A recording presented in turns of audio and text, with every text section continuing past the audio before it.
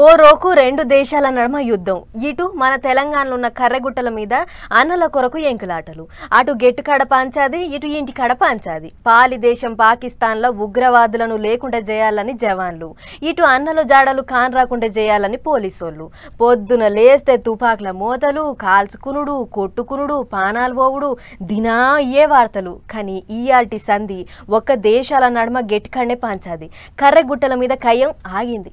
హెలికాప్టర్లు, బాంబులు, డ్రోన్లు పట్టుకుని 2 వారాల కింద అడవిలకు దిగిన పోలీసోళ్లు కర్యగుట్టల్ని ఖాళీ చేసి వెనకకు మారారు.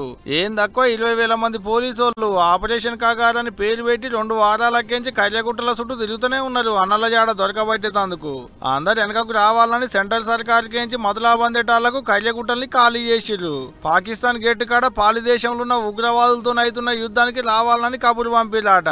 అందుకనే కర్యగుట్టల మీద ఉన్న సిఆర్పిఎఫ్ పోలీసోళ్ళంతా సంచులు చదివిరు. పాకిస్తాన్ బార్డర్ కు బండ్లు కట్టిరు.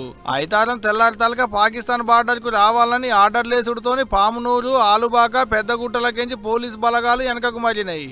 ఆపరేషన్ సింధూర్ చేయబట్టి ఆపరేషన్ కాగారు ఆగినట్టు అయిందిగా. అంటే ఇప్పటి వరకు కర్యగుట్టల మీద ఉన్న అన్నలంతా గుట్టలకించి బయటపడేందుకు టైం దొరికినట్టు అయింది అన్నట్టు. మళ్ళా కర్యగుట్టలు మొత్తం ఖాళీ చేసినట్టు కాదటనుల్లో తెలంగాణ దిక్కున్నోళ్ళ వరకే ఖాళీ చేస్తున్నారట. అటు ఛత్తీస్గఢ్ దిక్కుకెళ్ళున్న పోలీసోళ్ళు ఆపరేషన్ కాగారు ఆపకుండా కంటిన్యూ చేస్తారట. అటుకెంచి కాకుండా అన్నలకి ఇటుకెంచి తప్పించుకునేందుకు వశపడుతుంది అని అంటున్నారు అక్కడి పబ్లిక్. ఆపరేషన్ సింధూర్ పుణ్యమాని పోలీసోళ్ళ చేతులకించి అన్నలు బయటపడట్టు అయింది పోండ్రి.